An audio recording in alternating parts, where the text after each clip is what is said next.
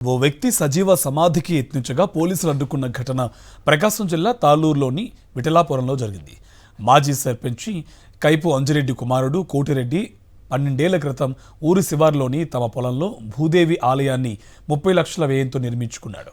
ఇక గత కొన్ని సంవత్సరాలుగా భూదేవి అమ్మవారు తనను ఆవహిస్తోందని తెలిపారు. దీంతో ఆలయాన్ని నిర్మించి అక్కడే నిత్యం పూజలు చేస్తున్నట్టు తెలుస్తోంది. ఇక ఉగాది రోజున జీవ సమాధి అవుతున్నట్టు గ్రామస్తులకు తెలియజేశాడు.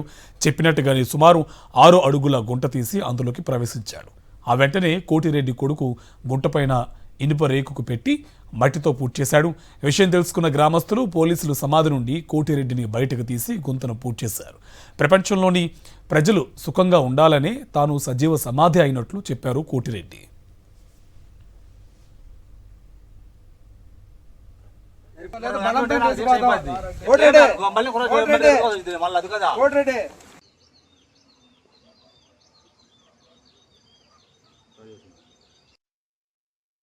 నేను దీక్ష పెట్టింది ఇలా తెల్లదాన్ని మొదలుపెట్టింది 24 గంటల సేపు దీక్ష చేస్తానని చెప్పి అమ్మవారు చెప్పింది చేయమని చెప్పి చేస్తున్నా. అది నేను ప్రపంచం అంతా బాగుండాలి, కులాలు మతాలు లేకుండా అంతా ఒకడగా ఉండాలి. ప్రపంచం అంటే అందరికీ అమ్మ భూదేవి తల్లి, ప్రతి ఒక్కరికి అమ్మ, మనుషులకే కాదు సకల కోటి జీవరాశులకు, మానవులకు, దేవుళ్ళు, దేవతలకి అందరికీ అమ్మ భూదేవి తల్లి.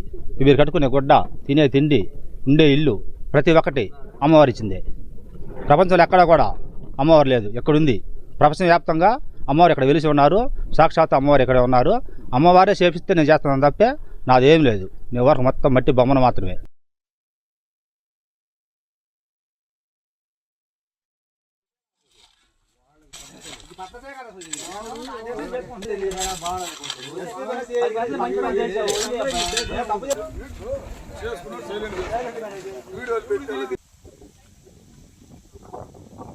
వాళ్ళకి